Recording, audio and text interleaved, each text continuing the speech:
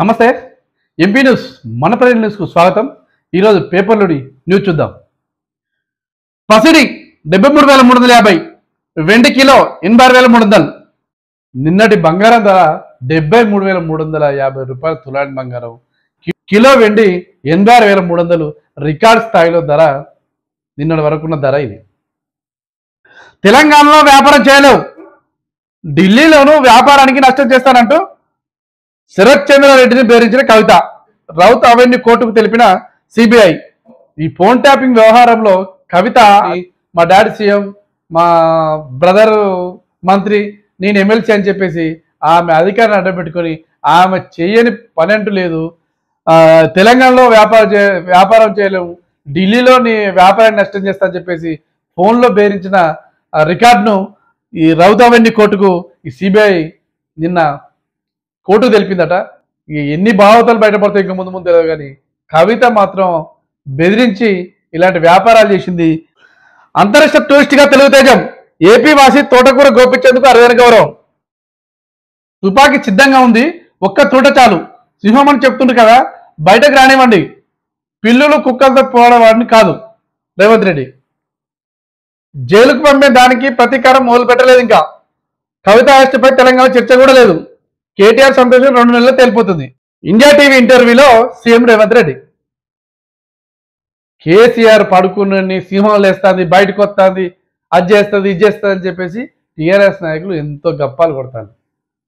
అలాంటి సీఎంని బయటికి రానియండి. నేను పిల్లులు కుక్కలతో పోరాడే వ్యక్తిని కాదు, సింహంతోనే పోరాడతా. ఆయన బయటికి రానియండి. ఆయన అసెంబ్లీకి వస్తే మాట్లాడతానని ఎన్నోసార్లు చెప్పిండు సీఎం కిషన్ రెడ్డి. ఆయన అసెంబ్లీకి రాకుండా బయట ఎక్కడో సభలో పెట్టి మాట్లాడే అది చేస్తారా ఇది చేస్తారా, కుక్కల కొడుకులారా గాడిద కొడుకులాట, ఏంటి ఆ మాటలు? ఏమన్నా ఉంటే అసెంబ్లీకి రా, ఫేస్ టు ఫేస్ మాట్లాడితే ఏది నిజమో ఏది అబద్ధం తేలిపోతుంది. అంతేగాని అక్కడెక్కడ సభలు పెట్టి ఎన్నికలు ఉన్నాయని చెప్పేసి మైక్ దొరికితే ఊపదంపుడు ఉపన్యాసాలు ఒకటే పేల్చుడు, ఇది ఒకటే తెలుసు తప్ప ఫేస్ టు ఫేస్ ఉన్నప్పుడు మాట్లాడితేనే తెలుస్తుంది. ఫేస్ టు ఫేస్ అసెంబ్లీకి రమ్మనండి మాట్లాడదామని చెప్పేసి ఎన్నోసార్లు చెప్పిండు. ఇప్పుడు ఇండియా టీవీ ఇండియాలో కూడా సీఎం రేవంత్ రెడ్డి చెప్పిన మాటలు. అసలు టార్గెట్ ఆయిదరే. రేవంత్ రెడ్డిపై స్పెషల్ టీంలో ఫోకస్. 3 నెలల క్రితం ఎమ్మెల్యే ఎన్నికలలో టీఆర్ఎస్ పార్టీ అధికారాన్ని అడ్డుపెట్టుకొని ఫోన్ ట్యాపింగ్ వ్యవహారంలో వీళ్ళిద్దరిపై ఎక్కువ ఫోకస్ చేసి ఎన్నికలు పోయినట్టుగా మనకు తెలుస్తుంది. ఐపీఎల్ టికెట్ల గోల్మాల్. విక్యాలో పారేసుకేది ఆన్లైన్లో అమ్మకాల పేరుతో మాయం.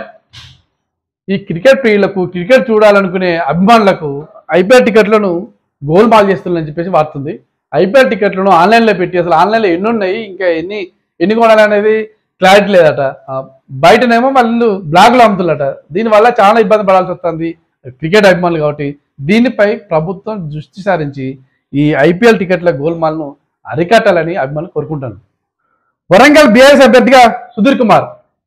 వరంగల్ ఎంపీ అభ్యర్థిగా బీఆర్ఎస్ పార్టీ మారపల్లి సుధీర్ కుమార్ను ఎంపీ అభ్యర్థిగా ప్రకటించింది.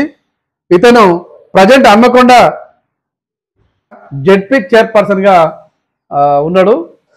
రోడ్డు పనులను అడ్డుకుంటున్న ఎమ్మెల్యే తొంతి బీఆర్ఎస్ పార్టీ.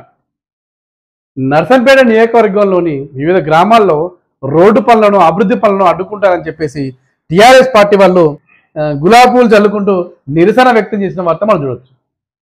విషయం ఏంటంటే 10 సంవత్సరాలు టీఆర్ఎస్ పార్టీ ప్రభుత్వంలో ఉన్నది. అప్పుడు అభివృద్ధి చేస్తా ఎవరు వద్దని అసలు. సరే, హడావుడిగా ఎమ్మెల్యే ఎన్నికల ముందు కొన్ని అభివృద్ధి పనులు జరుగుతున్నాయని చెప్పేసి, అభివృద్ధి పనులు సాంక్షన్ చెప్పేసి చిల పథకాలు వేసిండు. ఓకే, దాన్ని మనం అమలు పడేసరికి కొత్త గవర్నమెంట్ వచ్చింది. తర్వాత ఇప్పుడు ఎంపీ ఎన్నికల కోడ్ నడుస్తుంది. జూన్ 4 వరకు ఎంపీ ఎన్నికల కోడ్ ఉన్నది. ఫలితాల తర్వాత వారానికో 10 రోజులకో ఎన్నికల కోడ్ అయిపోతుంది. దాని తర్వాత అభివృద్ధి చేయకపోతే మీరు ఎందుకు చేస్తున్నారు అభివృద్ధి పనులు, ఇంతకుముందు సాంక్షన్ అయింది అని చెప్పేసి అపోజిషన్ బీఆర్ఎస్ పార్టీ అడిగితే ఒక అర్థం ఉన్నది. ప్రజెంట్ ఇప్పుడు ఎన్నికలు జరుగుతా అంటే ఎన్నికల కోడ్ వస్తే ఎన్నికల కోడ్లో అభివృద్ధి జరుగుతుంది అని చెప్పేసి వీళ్ళు నిరసన ఎందుకోసం, ఎన్నికలు రాగానే ఇలాంటి నిరసనలు వీళ్ళకి గుర్తుకొస్తాయి. 10 సంవత్సరాలు వాళ్ళినప్పుడు చేరాదు. సరే, ఇప్పుడు ఎన్నికల తర్వాత అయినా చేసేదాకా వీళ్ళు ఆగరు. ఎన్నికల కోడ్లో మాత్రం ఇట్లాంటి నిరసన చేస్తారు. దీన్ని ఏ నిరసనో ప్రజలే అర్థం చేసుకోవాలి. ఇవి ఈరోజు వార్తలు.